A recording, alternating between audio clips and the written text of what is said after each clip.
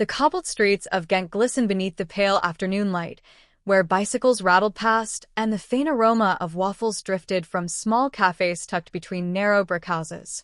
Among the many students rushing home from school, one boy walked slower, his satchel heavy not only with books but with the weight of responsibility.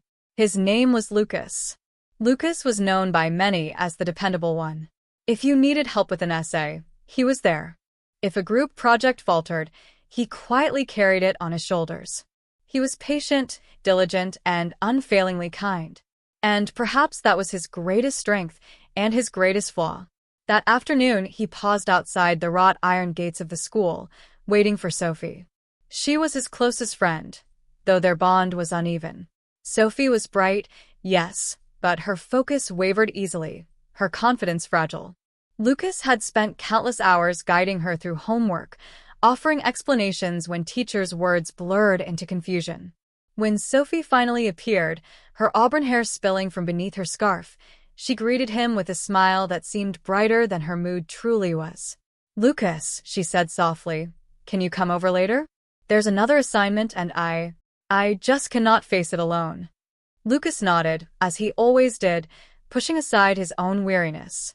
Together they walked along the canal, their footsteps echoing against stone bridges where boats drifted slowly beneath. Inside Sophie's house that evening, the familiar routine played out. She sat with her pen poised but hesitant, while Lucas leaned over the pages, guiding her hand through the equations, filling the silence with calm explanations. Sophie listened, her brow furrowed, but her gaze often drifted, her mind elsewhere. Hours passed until at last she beamed at the completed work. "You always know how to make it seem easy," she said, her voice laced with relief. Lucas smiled faintly, though inside, he felt a flicker of unease. Was this truly helping her, or was he simply carrying her further on his back? As he left that night, the air sharp with the bite of winter, Lucas could not shake the thought. The cathedral bells tolled in the distance, each chime heavy as if warning him of what was to come. For beneath the quiet streets of Ghent, their friendship was beginning to bend. And soon enough, it would break. The following week arrived with a cold drizzle that slicked the stone pavements of Ghent. Students hurried across the square with umbrellas pulled tight, their laughter carried away by the wind. Inside the classroom, Lucas sat by the tall windows, his books neatly arranged, his attention already fixed on the lessons ahead. Sophie slipped into the seat beside him, cheeks flushed from the rain. She whispered urgently, "Lucas, could you look at my work before the teacher collects it? I could not finish it last night." Without hesitation, Lucas reached for her papers. His pen moved quickly, correcting, adjusting, adding what she had missed. By the time the teacher approached, Sophie's assignment looked polished, while Lucas had barely opened his own. As the days passed, the pattern deepened. Sophie's requests became more frequent, her dependence heavier. At first it was small corrections. Then it was entire essays. Group projects became lopsided, with Lucas carrying the weight while Sophie smiled under the praise. Their classmates began to notice. Renaud, a sharp-tongued boy with little patience, muttered one afternoon, "Sophie always shines, but it is Lucas who does the work." His words hung in the air unchallenged. Lucas felt his chest tighten but said nothing. That evening, Sophie invited Lucas again. Her house was warm with a scent of stew simmering in the kitchen. She spread her books across the table and leaned towards him. "I do not know what I would do without you," she said, her eyes soft, her tone heavy with need. Lucas forced a smile.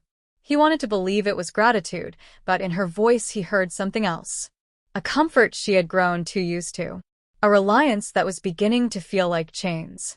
As he guided her through yet another project, his mind wandered. He pictured himself sitting alone in his room, struggling through his own essays, wondering if Sophie would ever know that same pressure. By the time he stepped back into the wet night, the rain falling harder now, Lucas realized the truth. His kindness was no longer a gift freely given.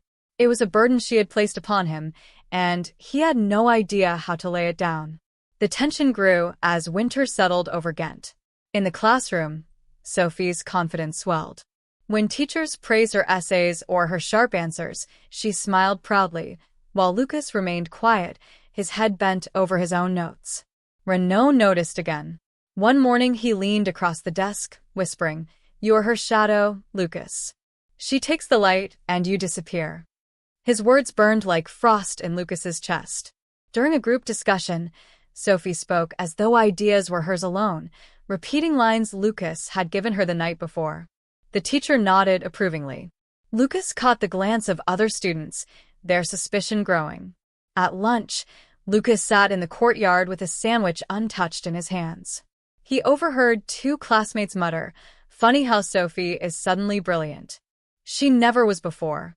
Maybe Lucas is doing more than just helping." He looked up to see Sophie across the square, laughing with friends, her voice bright and careless. For the first time, he felt distance between them, as if they lived in two separate worlds. That evening, as he walked home under the dim glow of street lamps, his thoughts circled restlessly. Was he truly a friend, or had he simply built a pedestal for her to stand upon while he sank lower with each step? A month later, the class faced an important exam. Sophie, restless and pale, leaned close to Lucas before the papers were handed out. "You will help me, won't you?" she whispered. Lucas froze. During the exam, he asked quietly. Her eyes pleaded. "Just a few notes. You know I cannot fail this." The papers arrived. Silence filled the hall, broken only by the scratch of pens. Sophie glanced again and again at Lucas, her desperation sharp. His conscience screamed.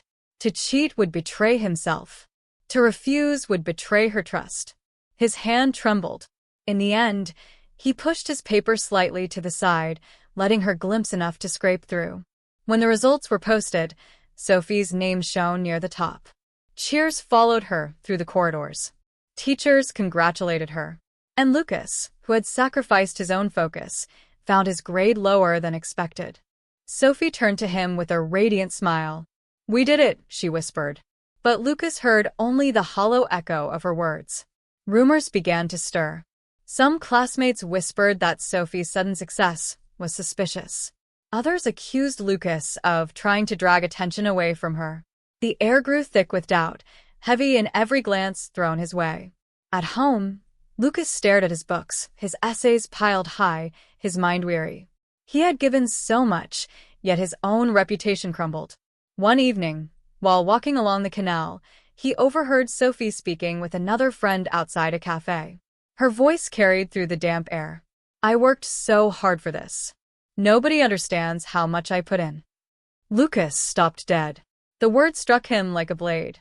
Not once did she mention his name. Not once did she acknowledge his endless nights by her side. His chest ached as he turned away, the reflection of the cathedral lights shivering on the water. For the first time, he wondered if Sophie had ever truly been his friend. The following Friday, students gathered at a small cafe in Brussels, their chatter loud above the hiss of the coffee machines. Lucas sat quietly at the edge of the group, while Sophie basked in the attention of her classmates. When asked about her success, she lifted her chin proudly. "I achieved it all myself," she said. "Hard work, nothing more." Lucas's stomach twisted. He clenched his fists beneath the table, his nails biting into his skin. Renaud's eyes flicked towards him, a smirk playing on his lips as though daring Lucas to speak. The moment stretched unbearably. Finally, Lucas stood. His chair scraped sharply against the wooden floor. The cafe hushed. His voice trembled, yet carried clearly. "You did not achieve it alone, Sophie. You know how many nights I sat beside you, explaining, writing, guiding. I gave you everything I had, and you gave me nothing in return." The words hung heavy in the air. Sophie's face drained of color. The room fell silent, every eye upon them. Sophie's lips parted, but no words came. Murmurs rippled through the cafe. Some shook their heads, others looked at her with disappointment. Lucas's heart pounded, his breath ragged. He had never spoken out before. Now the truth was laid bare, fragile as glass. Sophie finally spoke, her voice sharp with defense. "You are twisting everything. You offered help, I never forced you." Renaud barked a laugh. "Offered, perhaps. But you built your success upon his back." The room shifted against her. Friends who once cheered her now watched with wary eyes. Lucas turned and left, the cold night air striking his face like a slap. His hand shook, but for the first time in months, his chest felt lighter. Days passed. Sophie did not approach him. In the corridors, her gaze slid away. The laughter that once followed her had grown quieter. Lucas walked alone through the university square, his books clutched close. He felt both freer and lonelier than ever before. Mere glimpses of Sophie haunted him. Her head bowed over her desk, her shoulders tense, her smile faded. He wondered if regret stirred within her, but he no longer dared to ask. The silence between them grew like a wall, tall and unbroken. And behind that wall, the memory of their friendship withered. A storm rolled over Ghent one evening, rain slamming against the windows of the school. Lucas stayed late, finishing an essay in the library. As he packed his things, he found Sophie waiting by the door. Her eyes were red, her voice low. "Why did you do it, Lucas? Why did you humiliate me in front of everyone?" His chest tightened. "Because you humiliated me every time you took credit for what was mine." She stepped closer, her voice trembling. "I was afraid. I did not want to be seen as weak. You made me look strong." He shook his head. "I made you look dishonest." The storm outside roared louder, as though echoing the storm within them. Weeks later, the dust had settled, though the marks remained. Sophie no longer basked in attention. Her name carried suspicion now, a reminder of trust broken. Lucas, though still quiet, was seen differently, respected for his honesty, though scarred by betrayal. One crisp morning, Lucas walked alone across the old stone bridge that arched over the canal. The water below mirrored the pale sky, rippling with the breeze. He paused, leaning on the cold stone rail, and breathed deeply. The air tasted of winter, sharp and clean. His heart was heavy with what had been lost, yet lighter for what he had found. For though kindness had backfired and friendship had turned to ashes, a truth had been carved into him as permanent as the stones of Ghent. And he would never forget it.